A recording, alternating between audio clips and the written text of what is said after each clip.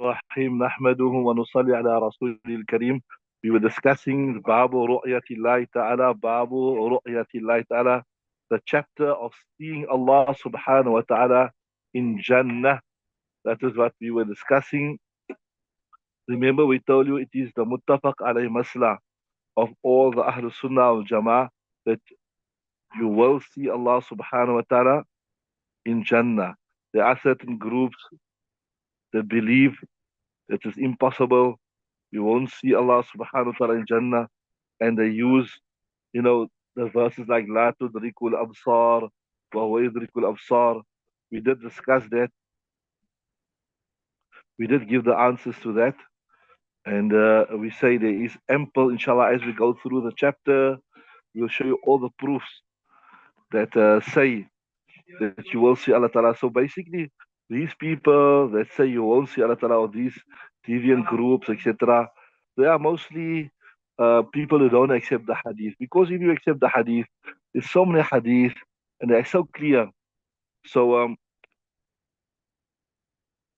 it's mentioned from the hadith, as we go through the hadith, we'll learn that, remember we discussed Hisab Kitab, where all of mankind will gather on the plains and they will have to give account for their deeds, which is a critical and important stage in the life of a believer, or in the journey of a believer. The momentous moment we have to answer for your deeds, right? Like how even in, like, you have an exams, you get your results, etc. You see how you fared. It's, you wrote a big exams, you wrote a big exams. Now you know, see, you obviously anxious. How did you do? What results did you obtain, etc. So that hisab kitab is also, hisab means where you'll be taken to account, and kitab, you get your book in your hand. If it's in the right hand, then you're successful. If you're left hand, you're failure. So it's mentioned in the hadith that uh, at that point on hisab kitab, everybody will see Allah subhanahu wa ta'ala, Muslim and non-Muslim. Yes, there are certain riwayat they say, Kalla innam arrabim yawma idhin la mahjubun, that they will be veiled, they will be denied the sight of Allah Ta'ala. This refers to after Hashr. This refers to after Hashr. You understand what I'm saying? So where it says that the kuffar, etc., will not see Allah Ta'ala, Kalla innam arrabim yawma idhin la mahjubun, etc., etc. This refers to the sight of lazzat, the one like in Jannat, where you will sit on, like how you've been in a theater, in a lecture theater, and you will enjoy the sight of Allah Ta'ala. Imagine, if you think about it, that how you sit and you look at something interesting, if like you look at different things. Allah Ta'ala, the creator, I don't want to say what I'm talking about, but you know what I'm saying? You look at certain things, you enjoy it. If Allah Ta'ala is the creator of all of these things, then how much more enjoyable won't it be to see Allah subhanahu wa ta'ala? If this is the makhluk, فَمَا بِالْخَالِقِ, you understand what I'm saying? So everybody will see Allah Ta'ala in Qiyamah Day, but that will not be the Ra'yat al-Lazzah, you understand what I'm saying? So those texts that say that the kuffar will be denied of the sight of Allah Ta'ala, it refers to after the Maidan al-Hashr. So the one of enjoyment, that is the one that will be in Jannah. And this is the one that's proven from Quran and Hadith. And another interesting thing here,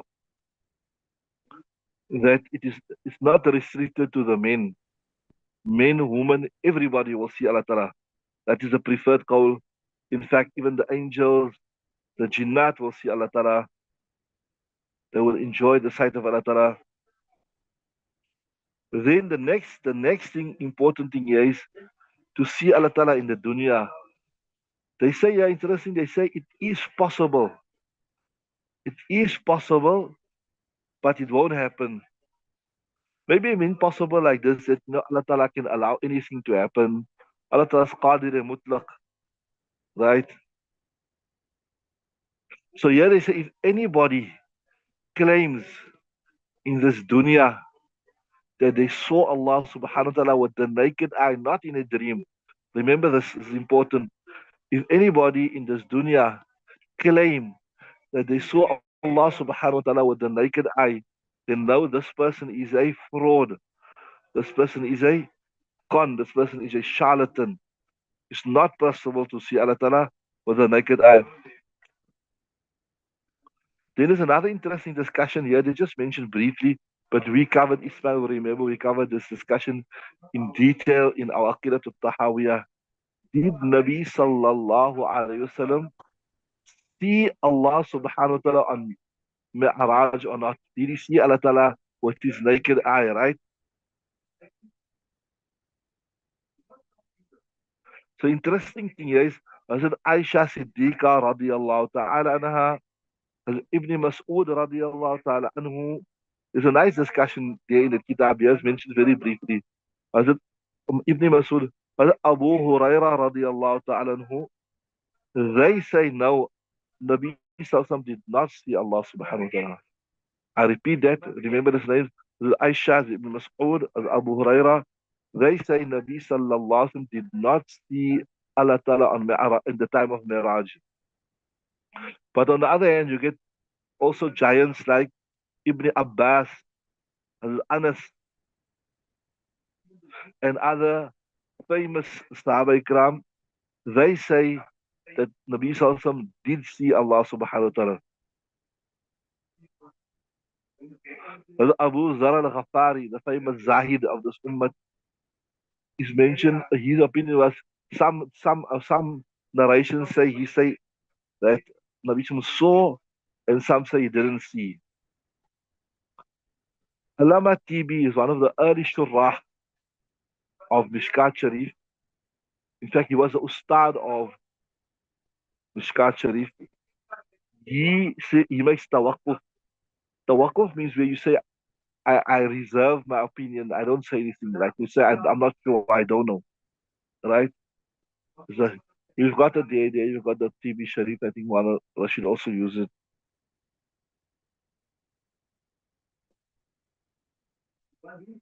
So yeah, even if you look at all those ahadith that speak, remember there's only ikhtilaf when there is ambiguity. If something is 100% clear, there won't be ikhtilaf, right? You understand what I'm saying? Ikhtilaf only comes about when there is some ambiguity in the text relating a certain thing. So same thing here is saying that if you look at the Ru'yat of Allah Ta'ala Mi'raj, there is some ambiguity in the text. That is why there's a difference of opinion.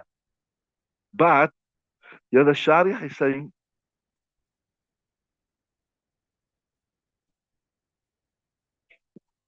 that the larger majority of the Sahaba Ikram, they said no, Nabi Sallallahu did see Allah Ta'ala. Nabi Sallallahu did see Allah Ta'ala.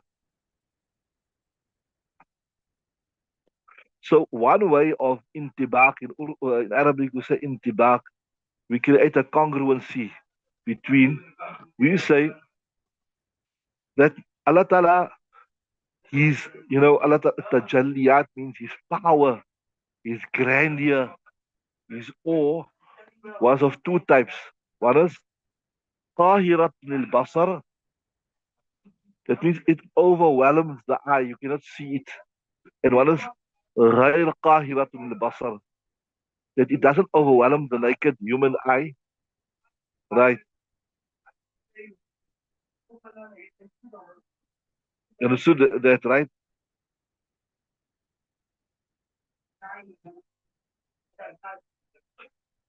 That the jalli of Allah Ta'ala, that awe of Allah Ta'ala, that comes from him, that one which is qahirat al-basar, that Nabi Sallallahu didn't see it. So those Sahaba Ikram that say that Nabi Sallallahu Alaihi Wasallam didn't see Allah Ta'ala, they say he didn't see that tajalliyat, that part of, in simple words, just to simplify it, they never see that part of Nabi Sallallahu which the eye cannot tolerate it. So they're not making nafi of complete ru'ya. They're not making nafi of absolute ru'ya. They're not making nafi that Nabi Sallallahu didn't see Allah Ta'ala at all, but they're just making nafi of this part here, that you never see that part which the human eye cannot tolerate. Are you with me? And in that part, that tajalli of Allah Ta'ala, which is غير قاهرة. قهرة means power, ne? لله الواحد القهار.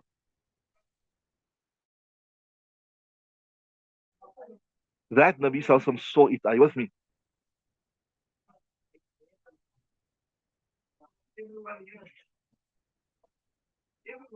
So, simple, those who say he did not see, we say he did not see ما هو قاهرا للبصر. And those who say he saw, we say he saw that which is not qahir, that which the eye could tolerate to see it. It does not uh, stunt the sight. Are you with me?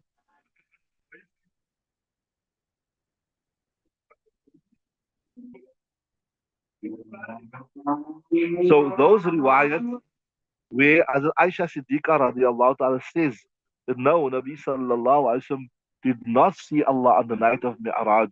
We simply say it referred to, did not see التجليات التي هو طاهرة للبصر. فهمتما? You understood that? So this is a nice exam question. If I tell you, وإن بعض العلماء رأى النبي صلى الله عليه وسلم رأى الله ليلة المعراج وإن البعض ما رأى فما هو التطبيق بين القولين المتضادين. Then you say that those who say you never see, they're speaking about تجلت قاهرة. Those who say so, it's referred to تجلت غير قاهرة. Are you with me? There is a riwayat also where it says Nuraniyun Arahu. Same thing. He's light. I saw him. One is Nurun Anna Arahu. The same here. Here's the text. Look here. Just look here. No, the same words, but by changing the diacritical dots, it changes. You say Nurun Anna Arahu. He was light. How could I see him? And saying Nurayan Arahu. Light. I saw it. I was seeing it. That's what I'm saying. How it changes.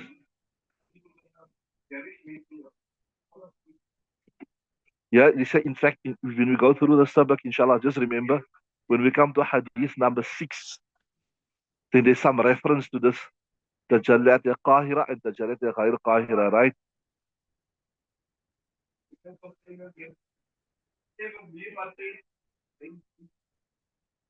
We'll come to that day now.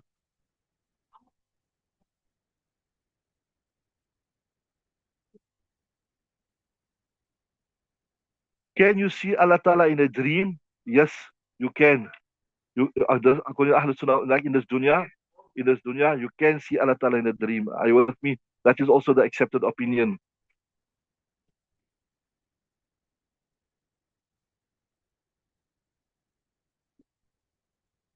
So obviously, you won't grasp the actual essence of Allah Ta'ala, but yes, you can see Allah Ta'ala in a dream, and obviously that won't be his true form, whatever, right?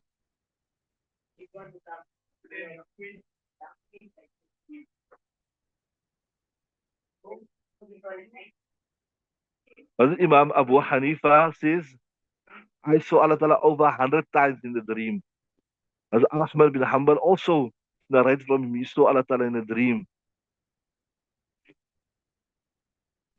And it's mentioned here, there's an interesting thing also relevant to the month of Ramadan, that as Imam Ahmad bin Hanbal says, when I saw Allah Ta'ala in a dream, I asked Allah subhanahu wa ta'ala, what is the most beloved action to you? What is the most beloved action to you? Right? Because I saw I had the opportunity to see Allah Ta'ala. So Allah Ta'ala replied, the recitation of the Quran.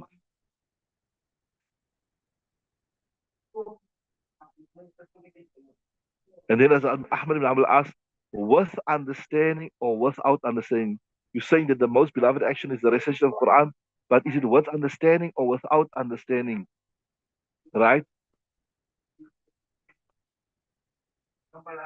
Then Allah Ta'ala replied, both with understanding and without understanding. Doesn't matter. Either way, it is the most beloved action to Allah subhanahu wa ta'ala. So now Ramadan, to encourage the people to engage in recitation of the Quran, if you're giving some nasiya on the radio, or you're giving Tuma or anything. This is a nice point.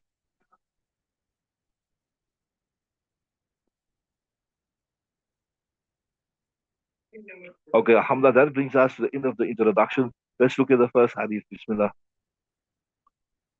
Read loud.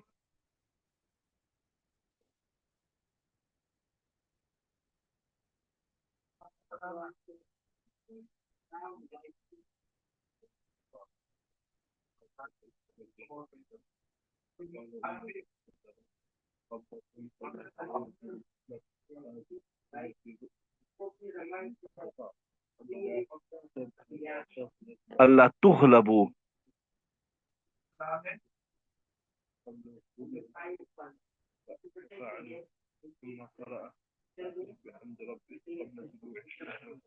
Okay, beautiful hadith. Bismillah ar-Rahman ar-Rahim. وعن جرير بن عبد الله قال قال رسول الله صلى الله عليه وسلم إنكم سترون ربكم أعيانا. So I told you those people who accept the hadith. I mean, it's clear that Nabi Sallallahu Alaihi Wasallam said you will see Allah Ta'ala. So if you accept the hadith, you can't doubt. It's only those people who don't accept the hadith.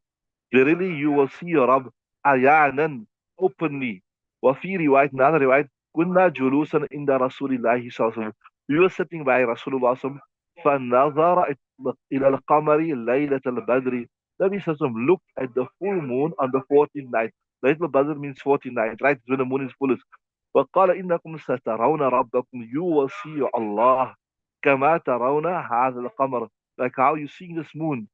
Remember, I told you that doesn't mean like how the moon has location, that Allah Ta'ala will you see us in one particular location. Just what it means is like how you don't have, because the moon is so high, it's elevated, many people can look at the moon without obscuring the view of the next person. So the tashbih is not with location, but the tashbih is in sahlul ru'ya. You understood? The tashbih is not that Allah Ta'ala will be like the moon high in the sky, not like that. The tashbih is only in this, that like how it's so easy to see the moon, you will see Allah Ta'ala very, very easily, right? So هذا القمر لا تضامون. You will not experience, you will not be مجهول, made to experience any difficulty. Certain words لا تضارون. And the last one we done, what was the one we done before this? Can you remember in the previous bab, what was the one? There's three words I remember. لا تضامون, لا تضارون, and there was another one. If you look at it, each one has slightly different translations, but somebody means you won't have difficulty. With ease you will see Allah Ta'ala, right?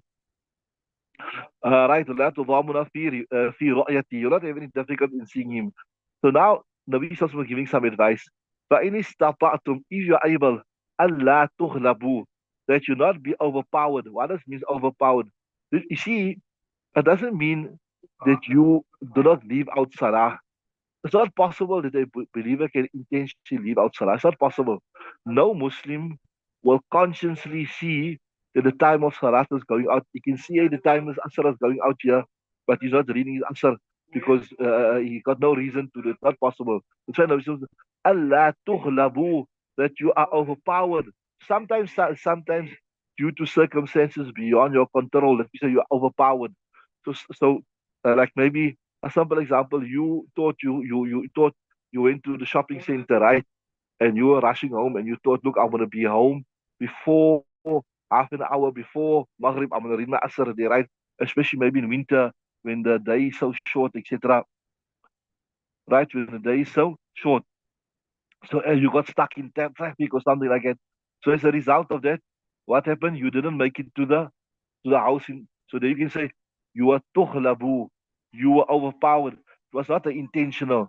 So you see what the difference I'm saying is, one is you leave it intentionally, and one is where due to circumstances beyond your control. Or maybe another example, you're traveling somewhere and you thought you're going to make it by this time, to the destination. And you didn't have water. You thought, we don't have water, we'll make it to the garage, whatever. And you're traveling, you're rushing, and now you stop in the middle of the road, there's no water, etc., etc. Or maybe it's dangerous to stop there, you understood? So this is what they're referring to. There's no question of even leaving it out. That's why Nabi Sallallahu say, as far as well, do not leave it out. Because there's no question of a Muslim intentionally. It's right, that's what I'm saying. That is why if you look at the Kutubul Fiqh also, they say that, well, in fatathu salatu, if the salat missed him, they don't say if he missed the salah, Because a Muslim will never,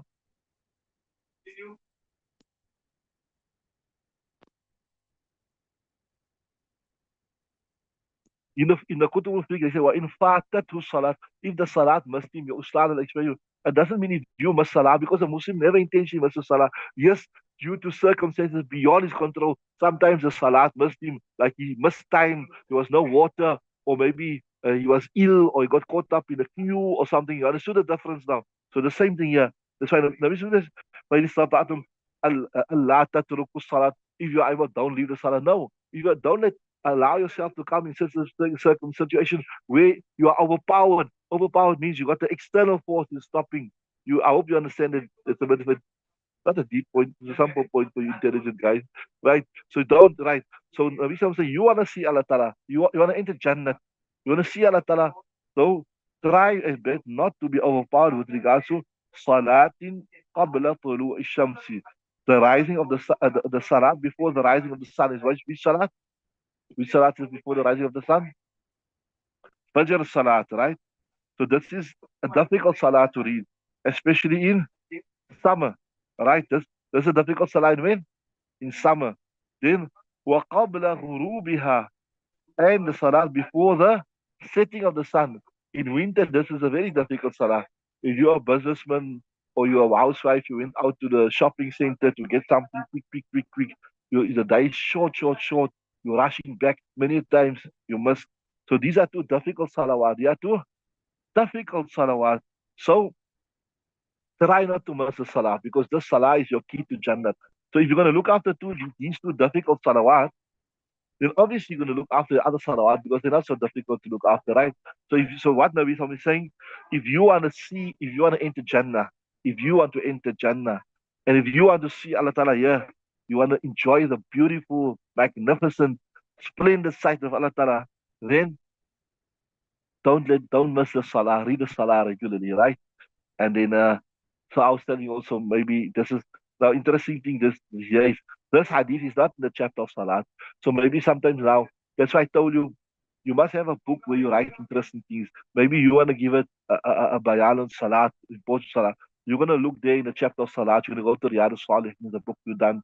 You're going to go to Mishkaat. You're going to look at all the hadith of Salat. But you're not going to come and look here. You're not going to say, what is Ru'yatullah God for Salat? You understand what I'm saying? So that's why you're supposed to make a note and say, even if you got your own kitab, you write it a big here, Waziratu Salat fi waqtiha. And then when you make a note here, because it's out of the bab, you understand what I'm saying? Right? فافعلوا ثم قرأ النبي صلى الله عليه وسلم وسبح بحمد ربك قبل طلوع الشمس وقبل غروبها. Then Nabi صلى الله عليه وسلم recited and engage in the tasbih of your Rabb before the rising of the sun and after the setting. So Nabi صلى الله عليه وسلم gave a proof for his claim. He gave a proof for his claim. Okay, let's just do one more hadith at least we've done two hadiths for the day before we switch over to the Hidayah Sharif. Just one more, inshallah.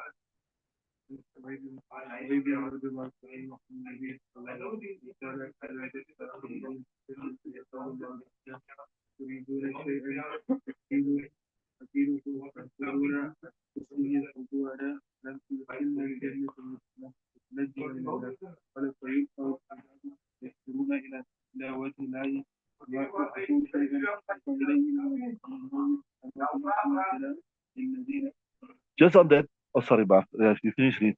Or before, that's also something important. You see, like when you studying your kitabs and that there, certain masail you think is important, you think you're going to use it. Not only when you're doing in class, when you do your, inshallah, when you finish one, they call it Khariji Mutala. Khariji Mutala, when you start other books, like, especially when you finish your studies now, you're searching for something. Maybe you're searching for something, but you come across another thing which you weren't looking for before.